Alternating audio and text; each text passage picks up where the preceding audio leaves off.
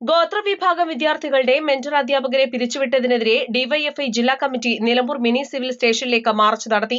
ജില്ലാ secretary P Shyamprasad ഉദ്ഘാടനം ചെയ്തു.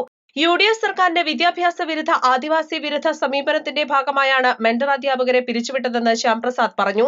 ഒരു പദ്ധതി നിർത്തലാക്കുന്നതിന്റെ അതല്ലെങ്കിൽ കുറച്ച് അധ്യാപകരെ പിരിച്ചുവിടുന്നതിന്റെ ഒരു പരിപാടി, അതിൽ പ്രതിഷേധിച്ചുകൊണ്ടുള്ള ഒരു പരിപാടിയാണോ ഇത് എന്ന് ചിന്തിക്കുന്ന ചിലരെങ്കിലും ഉണ്ടാകും.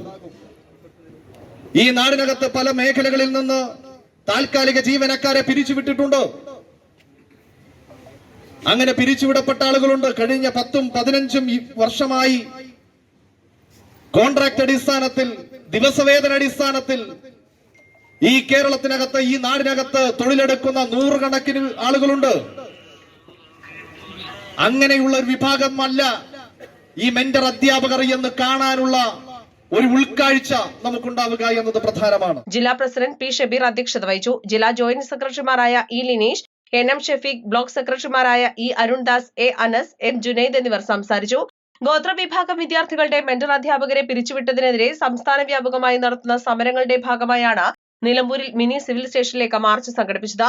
East live, Nilambur. തവണകളായി പണമടിച്ച് പണിക്കൂലിയില്ലാതെ സ്വർണ്ണാഭരണങ്ങൾ സ്വന്തമാക്കൂ. 1000 രൂപയോ അതിന്റെ ഗുണിതങ്ങളോ മാസത്തവണകളായി അടയ്ക്കാവുന്നതാണ്.